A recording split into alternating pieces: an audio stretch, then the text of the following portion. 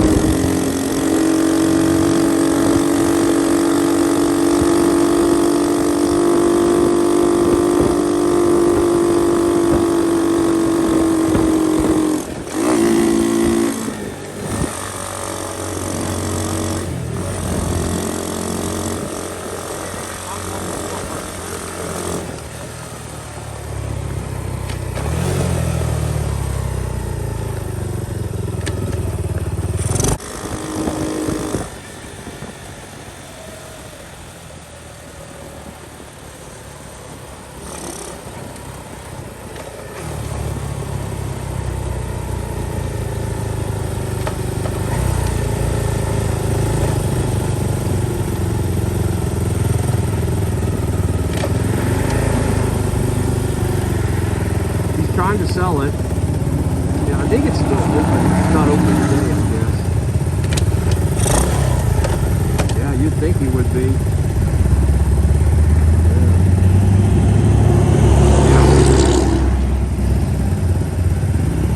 We're going to do a little quick detour to the covered bridge.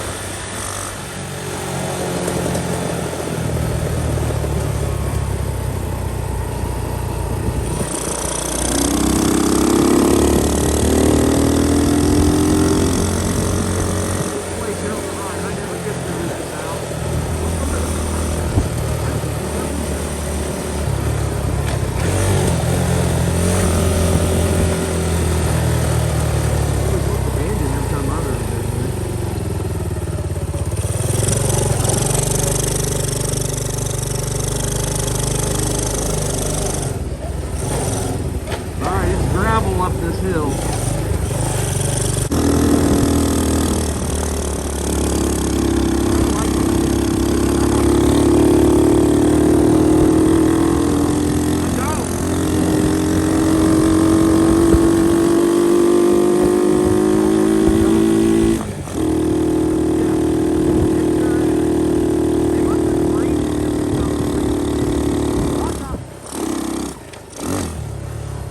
Exactly.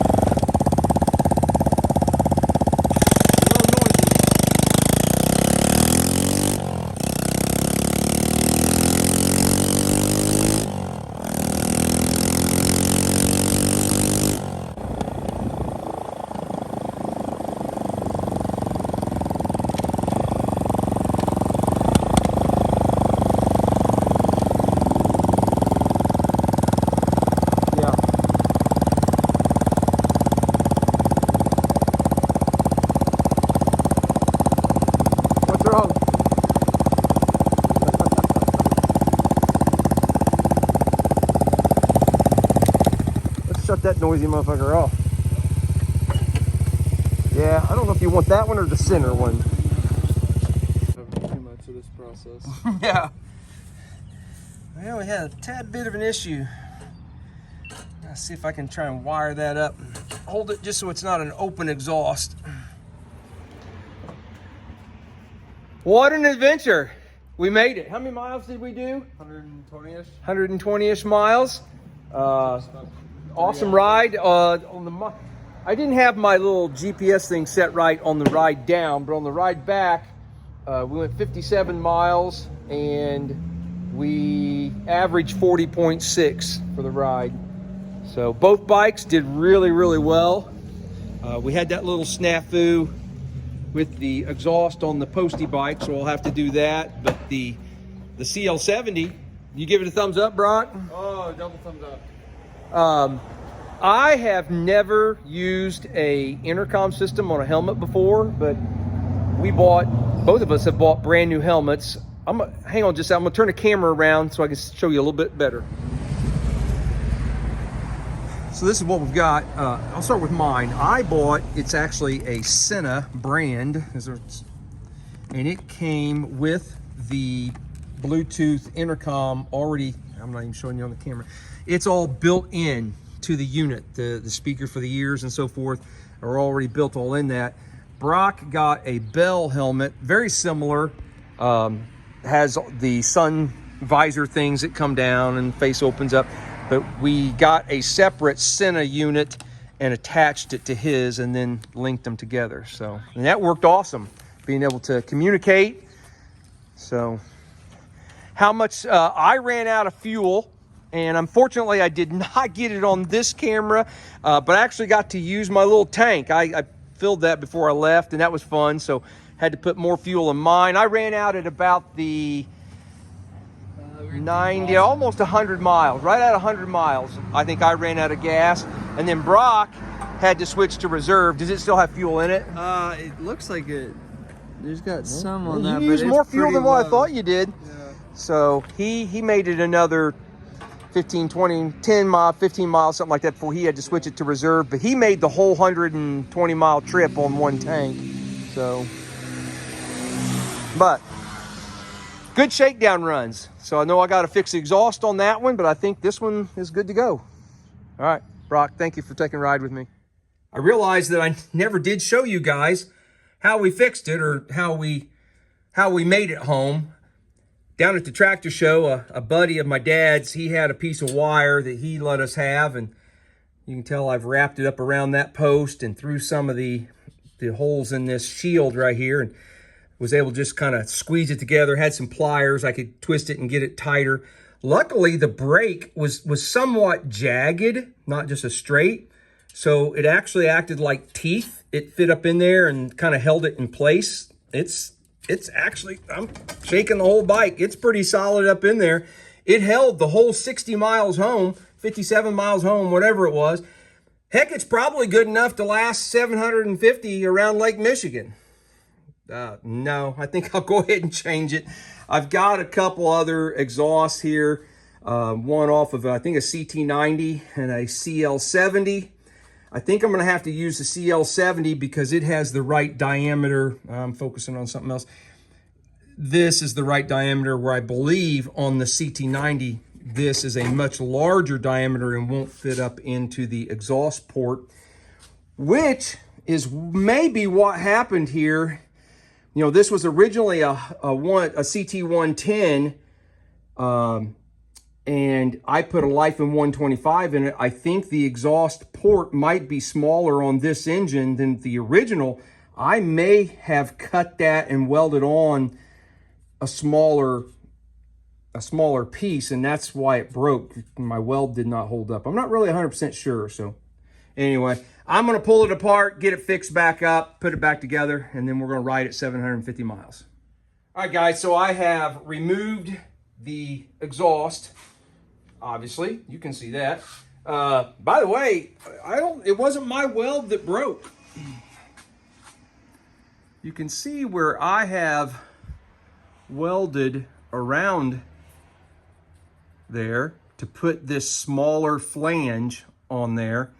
but it actually vibrated and broke just on the outside of my weld. So I'm not going to try and weld that back on there. I'm going to call that done. I have test fit a few exhausts, and really the only thing I think I can get to work is, I think this is a CT90 exhaust. And like I mentioned earlier, it has a larger diameter. You're probably not going to see that, but it has a larger diameter flange than what can be used to put up in this Lifen. So I'm going to have to do something similar that I did here, but I'm going to try and do it a little bit differently, and hopefully it'll be better. All right, here's where we're at, guys. So I took the CT90 exhaust, which had the too big of flange to be able to fit up inside the exhaust port. I just cut it off, right? Just the thinnest sliver I could get off of it. Just tried to get that flange. So I cut that flange off, and then I cut a piece of 1.25" OD thin wall tube, like a 95 thousandths wall tube, and slid it over, and then I have welded it all the way around here. I got extremely lucky. These flanges here that keep it all up in there, on the CT90, it has a different bolt spread than what is on these Lifens and the earlier bikes. So I can't, that flange wasn't going to fit on there. And I thought, oh, okay, I can drill it out if I have to or whatever. Well, luckily, I tried the flange that was on the other exhaust, and it was just big enough diameter to slide over that pipe. So I was able to use it. So that I think, I haven't put a gasket up in there yet, but get up in there. There. I think that should get us what we need.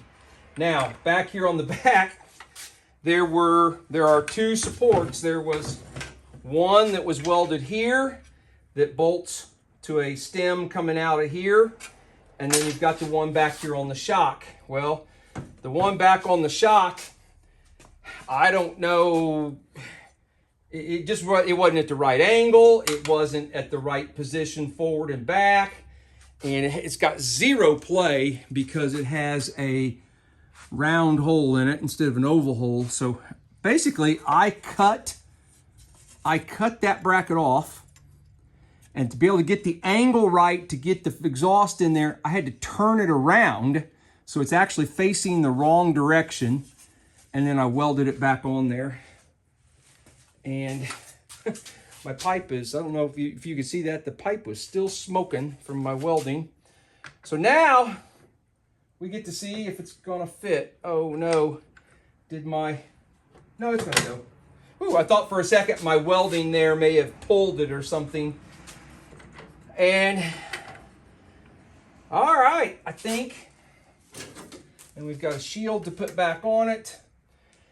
I'm out of time for cleaning it up and doing those sorts of things. So I've wasted a day, not wasted a day, I've lost a day to be able to work on bike number 4 because I got to fix bike number 2, I guess it was.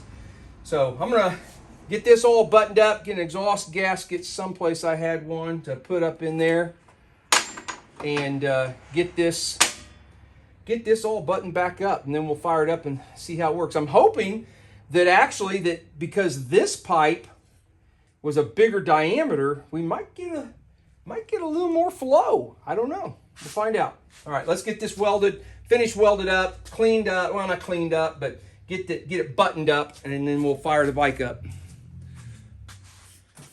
Well, I think I am put back together. We're gonna find out. Let's let it down and fire it up.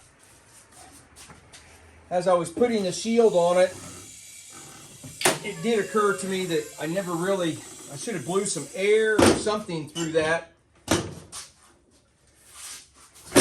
just to make sure that exhaust isn't plugged.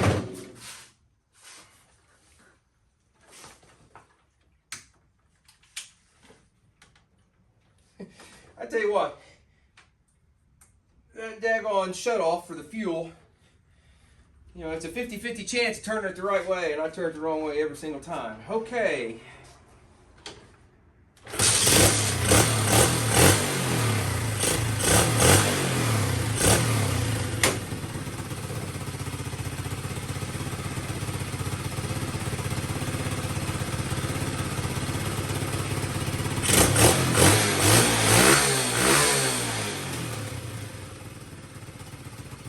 Feels like it's okay. I got a wobbly shield there. I might try and see if I can tighten that up a little bit.